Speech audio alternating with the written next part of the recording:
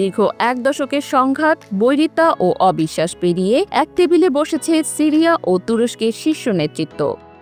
ইস্তাম্বুলে ডলমাবাহচে প্রাসাদে শনিবার অনুষ্ঠিত এই ঐতিহাসিক বৈঠকে মুখোমুখি হন তুরস্কের প্রেসিডেন্ট রিসেপ তাইয়েপ এরদোয়ান এবং সিরিয়ার অন্তর্বর্তীকালীন প্রেসিডেন্ট আহমেদ আল-শারার। বহুদিন পর সিরিয়ার উপর থেকে উঠে গেছে পশ্চিমা অবরোধ।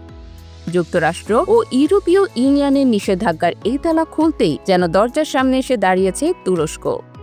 রাজনৈতিক মতানৈক্যের অতীত ভুলে এবার কথোপকথনের সুরে গলা মিলেছে দুই দেশ।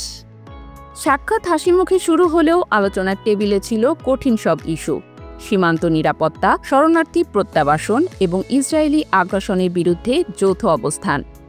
আলোচনায় ছিলেন দুই দেশের পররাষ্ট্র ও প্রতিরক্ষা মন্ত্রীরাও। বৈঠকে প্রেসিডেন্ট এরদোয়ান বলেন, সিরিয়ার জনগণের স্বাভাবিক জীবনে ফেরার এ পদক্ষেপকে আমরা স্বাগত জানাই। সেই সঙ্গে তিনি বলেন, সিরিয়ার ভূখণ্ডে ইসরায়েলের দখল ও আগ্রাসন মেনে নেওয়া যায় না।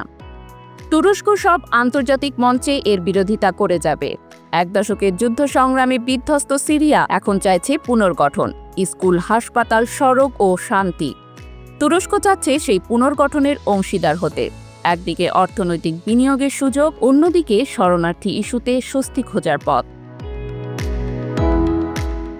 তুরস্ক এখন তার কৌশলগত অবস্থান ব্যবহার করে এক ধরনের নেতৃত্ব তৈরি করতে চায়। এটি কেবল সিরিয়ার জন্য নয়, বরং মধ্যপ্রাচ্যের শক্তির ভারসাম্য বদলানোর সূচনা। তুরস্কে বর্তমানে ৩৪ লাখের বেশি সিরিয়ান শরণার্থী অবস্থান করছে। এই বৈঠক তাদের ভবিষ্যৎ নির্ধারণে গুরুত্বপূর্ণ ভূমিকা রাখবে বলেই মনে করছেন বিশ্লেষকরা।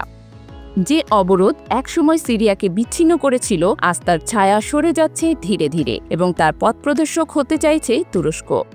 একসময় যে দুদেশ একে অপরকে দেখত অবিশ্বাসের চোখে, আজ তারা কথা বলছে সম্ভাবনার ভাষায়।